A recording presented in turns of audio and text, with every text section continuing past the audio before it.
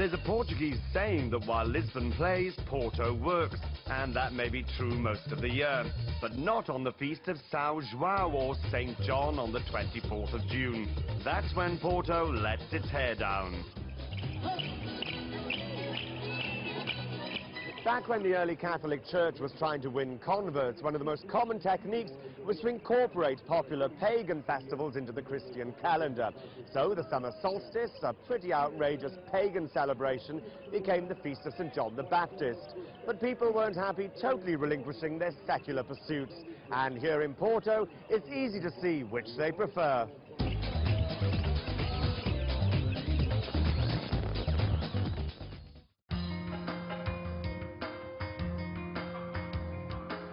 Porto is typical of most towns in Portugal when it comes to celebrating its saints.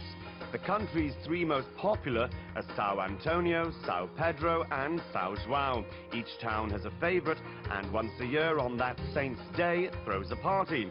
On the 24th of June, Porto pulls out all the stops for Sao João. Preparations begin well in advance as the city's districts do battle to win the accolade of Best Cascata. This is one example of a cascata, and it's reminiscent of a nativity scene. St. John the Baptist is always the central figure, and in most cascatas a landscape is built around him, echoing the life and history of Porto. Even though the Feast of Sao João falls on the 24th, the main celebrations take place the day before.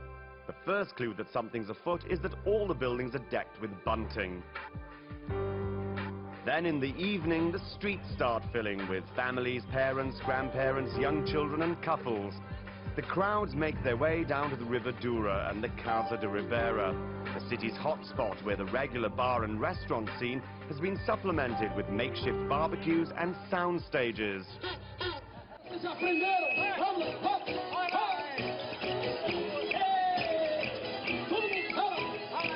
Now, at first glance, this may seem a little strange, even aggressive, but it all harkens back to those pagan courtship rituals. Originally, people would hit one another with garlic flowers for luck. Nowadays, it's soft plastic hammers. 40 years ago, we started using hammers, and today you find all sizes, young children, adults, old people, everybody carries a hammer, and you just beat everybody's head with your hammer. We have a lot of fun. There's no sense for it. In the old days there was. The garlic was to give luck. Today it's just fun. A lot of fun.